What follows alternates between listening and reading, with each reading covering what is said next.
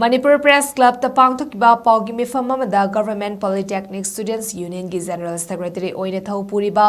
Thingom Aruna Phongdorakpada Government Polytechnic Technical Institute C Northeastern gi OINA EHAN HANBA College OIRGASHU Ngasidi Oza WATPAGI AWABA AMADI Infrastructure gi FHIBAM SOKSINLKPA 2016 da THOKKHIBA earthquake ta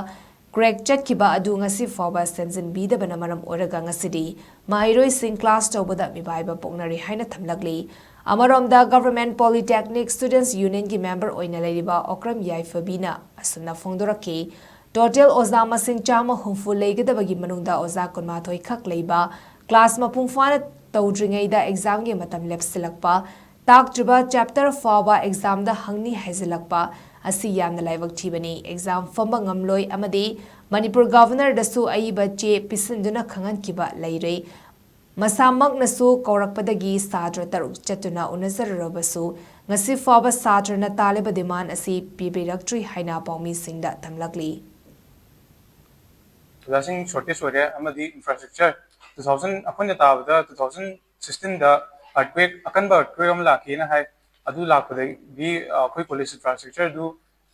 khani kaduna sahi mapan sur walk kem sentil of duduna hojikti class ta uda khoi pham walk ki re adu phim da lere aduga hojik oja je gedam ne da minimum je hojik pau 21 ming lere 21 je da kharam di retire satore अखोगी department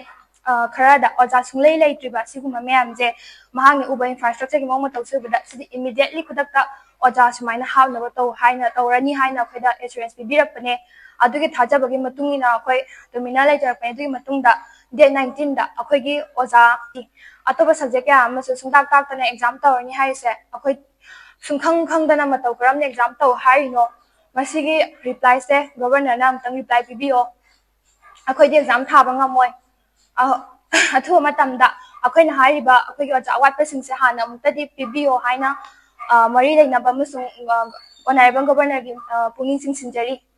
अदुना date हारिबा अखोइना 24 September फावबगी मनुंगदा अखोइना ओजा हापियो ना हारिबे जे कईगुंबा सिगी matter सि पंदुना fine जे पल्लगा समाना सुम लेरबा तारदि अखोइ ओजा हापिरेक्तबा तारगदि अखोइ नवंबर 18 दगी हौगने हारिबे exam से अखोइ याव अखोइ conduct तौबा ngamjaroi अदुगी मथक्ता अखोइ exam boycott तौगनी अदुगा मसिगी मतुंगदगी अखोइ हानेदगी हेना अकनबा खोंजम क्या एजुकेशन क्या संसिंजरकनी हाइ निसिंजरे।